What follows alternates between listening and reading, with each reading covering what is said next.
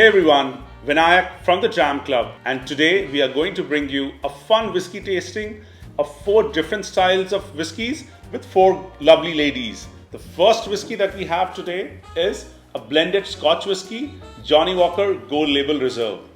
The second whiskey today would be Knockander 12-year-old, a single malt Scotch from the Speyside region of Scotland. The third whiskey is an Irish single malt Sexton. And the fourth whiskey is a peated single malt Scotch, Ardbeg Ugadal.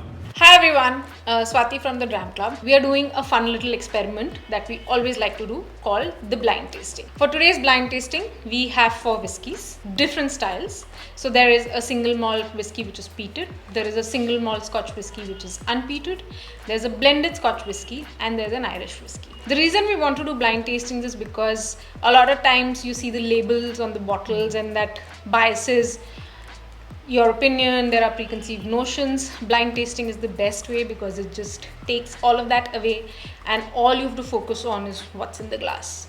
So we will follow the same process. Look at the appearance of the whiskey. We nose the whiskey. Then we taste it. If we think we need to add a bit of water to open it up, we do that. We take a note of the finish, we make our notes and we compare the notes. And try to take a guess which kind of whiskey is what, and in the end, then the revelation will happen. Okay, so are we all set? All set. All set. Okay. So excited. It's suggested or it's recommended that you nose it from individual nostrils. It's just that both nostrils are not fired up equally, so you'll get some aromas on one and some aromas on the other. Like for me, tasting from the left versus right, I'm picking up different notes. Yeah, me too. Yeah. So Aditi, how's this whiskey on the nose for you? It's nice. Fruity. Little bit of chocolate for me. And I'm getting a hint of peat, I don't know. Before I share what Right. I feel, what would be the context of peat that I Okay. need to understand? So Erica, peat is nothing but decomposed vegetation. Okay, it's a fossil fuel, and if you left it for thousands of years, it would turn into coal. Highly prevalent and available in abundant quantities in Scotland. It used to be traditionally the fossil fuel that used to fire up the distilleries. Depending on various distilleries and how they use peat, you can get either subtle smoke or you can get heavily peated whiskies where you may taste like iodine or char and stuff. Yeah. So smoky is what I would Smoky, ideally. Okay, yeah. Let me taste it. In contrast, the nose felt very heavy with fruity apricot. The taste gives me a flavor of spiciness. I'm getting a spicy feel to it. It's so funny, I'm getting the exact same notes on the nose and the palate. So for me, the nose is sweet, apricots, and the palate is like instantly spicy for me. So it's an interesting observation that you don't get any spice on the nose, but then on the palate, it's like spice forward. And I didn't cheat. I didn't look at your book when I was writing it. The same. I got some vanilla on the nose. Okay. And yeah, none of that on the palate at all. I didn't get the peat anywhere, not on the nose or on the palate for me, but the spice was very prominent. But I'm liking the finish on this. I think it Long, sweet finish for me. yeah. It's sweet, spicy, it lingers. So I think that is something I'm really enjoying about this whiskey. And it actually goes through like a phase. Like there's a sweet and then a spicy and then a sort of a mellow caramelly phase that it Right. finishes off. But on my palate, I'm getting like a little bit of smoke, that smokiness, some Okay. kind of barbecue feeling on my palate. Okay. Should we move on to the next one? Absolutely. Completely different color. Yeah. Wow. Got a very Completely different nose. Wow. I can't quite make up my mind with this one. I'm getting crisp green apple. I'm getting orchard fruits in this. It almost feels like I'm in an apple orchard. Yeah, so Yeah. green apples. It did not give me anything on the nose. I mean, I was struggling to find what I wanted to say, but the taste is rich and sort of delicious. This also has spice, but it's not as pronounced as the first one. The spice is actually coming in later. The first note that I get on my palate is sweet. Caramel. Yeah. Yeah. On the nose, it almost felt medicinal. The nose would open up with a few drops of water. It's got little bit of bitterness towards the end. I think the nose definitely opens up. Even the spice notes are pronounced once you've added water. Somehow for me on the nose, this tastes a lot like port wine. Like I would agree with you. It adds that green apple crispiness. You've to added it. water. I did. Okay. Yeah. Okay. And more honey on the taste. I don't think it has as long a finish as the first one. Very short, dry. Very short finish, and slightly dry. And some sweet notes that linger in the finish. Apart from that, I think. So I notice you all are using the word dry. Does that have a context in whiskey, that when you use a dry? So you've drunk some wine before this. Yeah. So there are some wines, and I find with red wine more than white, when you finish drinking it, it leaves a dryness in your mouth that you attribute to tannins. In whiskies as well, you have that same kind of a finish where when you finish sipping the whiskey, then it leaves a dryness in your mouth. This one. Oh, I like this. There's a lot going on. Ah. It also smells like medicine to me, like Benadryl or one of those cough syrups. So this one again, in terms of color, is darker than the second one. Very similar to the first one actually. This subtle feeling of like rose in the nose. I'm getting hints of smoke. Mild hints of smoke. Very sweet on the palate. Very, very sweet on the palate. I'm getting that peppery flavor in this, like say kind of white pepper. But it's still, I think I'll go back. Szechuan pepper. So I'm getting that. Peppery, Where That tingling tingles on your tongue. Yeah. So I have that as a finish. Spicy, a spicy finish, but I'm still getting, maybe it's A the way slight my palate is receiving it, bitter a note. slight bitter note. But it's still, I think, not as spicy as the first one. The first one is very prominently spicy, dramatically spicy, yes. I feel that whiskey number 1 is much brighter color in comparison to whiskey number 2. Okay, so we are on to the fourth one now.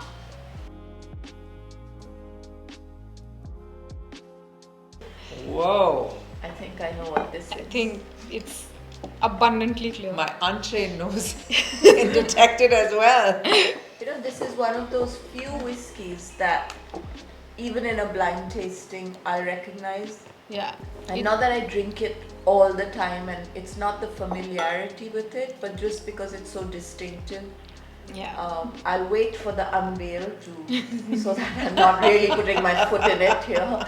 But I love the smokiness, and it's such a gentle, smooth smoke. It doesn't kill you with anything, you know. I'm getting some kind of salty flavor, like I'm getting definitely saltiness. salty. First taste, it comes across slightly astringent for me, and then it just opens up. And Which is the kind of note that you associate with peated whiskies.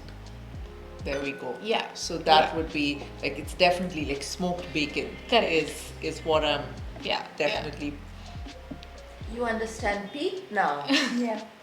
It also opens up with water. Like the minute you add a few drops of water, I start getting a lot of floral notes.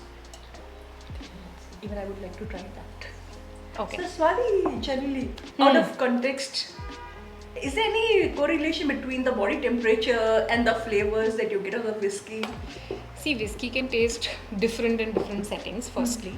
If there's a lot of food here, it'll mix with the aromas and the taste. But a lot of people try to hold it very close to their body, and then they cover it because the body warmth opens up flavors. So the minute you open it, you get a lot more on your nose as compared to if the whiskey is being kept just outside. So temperature makes a lot of difference. Just like in Indian heat, it's very difficult to drink whiskey at 40 degrees. So you should ideally like keep it in the refrigerator for half an hour it cools down the whiskey, and then you have it. It's more palatable. Erica, now that we've tasted all the four, what do you think, like, how would you differentiate all the four whiskies? Well, I can start with what's a given. Right. Number 4 is completely distinct. I mean, it has such a special and different character Right. about it. And it's clearly different from 1, 2, and 3. I would say if I had to just, in a simple distinction, classify these 3 in one family and this one in a different.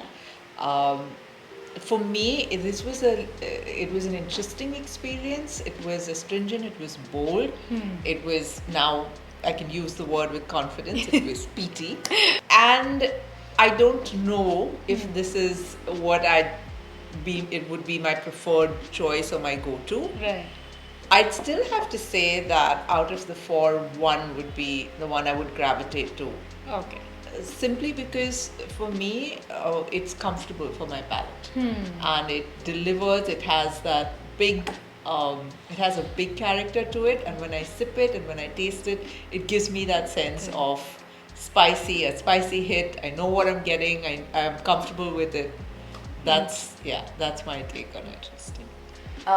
4 for sure, but I think it's also a factor of how long I've been drinking whiskey for, which is many, many, many years.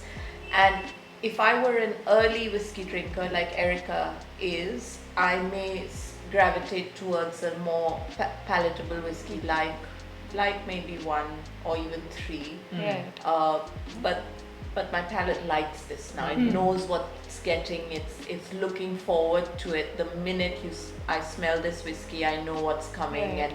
and I love it because of how many years I've been drinking it for. So. Interesting. So it's the experience is also about knowing what you want. Yeah. It's you were very clear about your choice, and I love that. And I love that I'm coming into this as a complete novice, get to look at it with a blank canvas and enjoy whatever it is and find out what I want.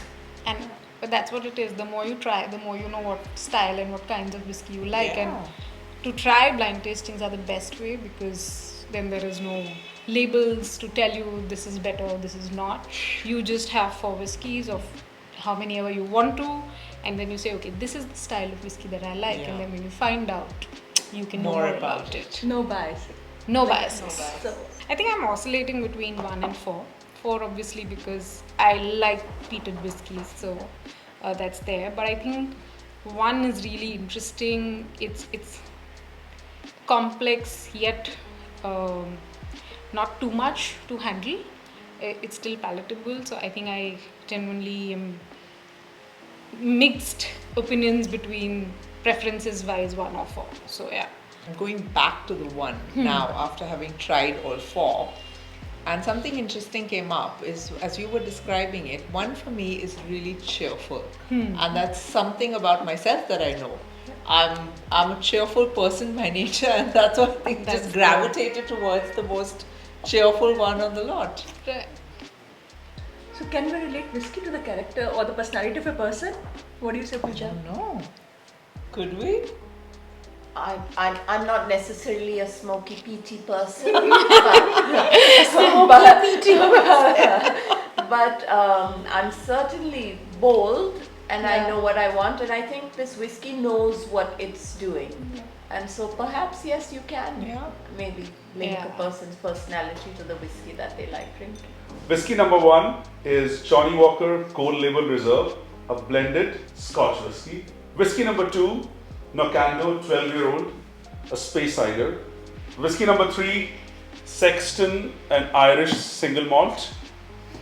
Whiskey number 4 is Ardbeg Kubildar. That's why we loved it. Okay, so Pooja, now that we know these, the great unveil has happened. Is this the one that you had in mind for number 4? This is the one. Oh my I goodness! think I'd recognize an Ardbeg anywhere. Have you tried any of these whiskies before, Erica? I have not. Okay.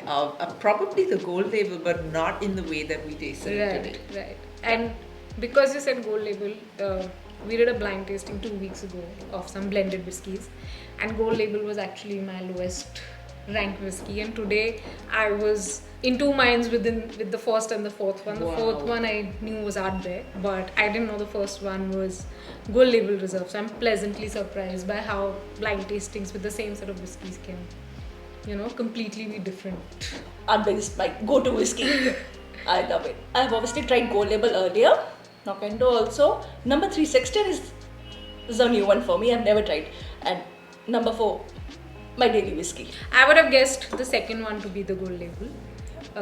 But yeah, that's quite surprising. But that's what blind tasting does. You are just forced to think of just what's in the glass. So that's it from us today. This is the blind tasting session that we just hosted. If you've tried any of these whiskies before, please leave us your thoughts in the comment section. Until then, follow Dram Club for more.